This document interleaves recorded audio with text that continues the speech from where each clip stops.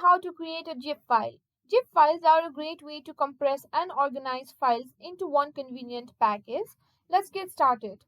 First, let's quickly go over what a Jip file is. A Jip file is a compressed file format that allows you to store multiple files in a single file, reducing the overall file size and making it easier to share or store.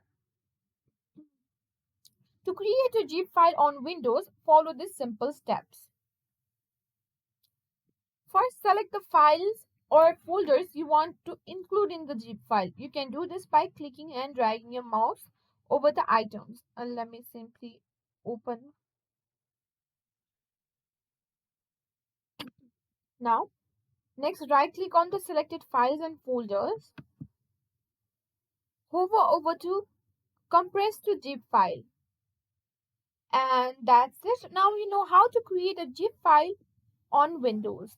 If you found this video helpful, please give it a thumbs up and consider subscribing to our channel for more tutorials. Thanks for watching and I'll see you in the next one.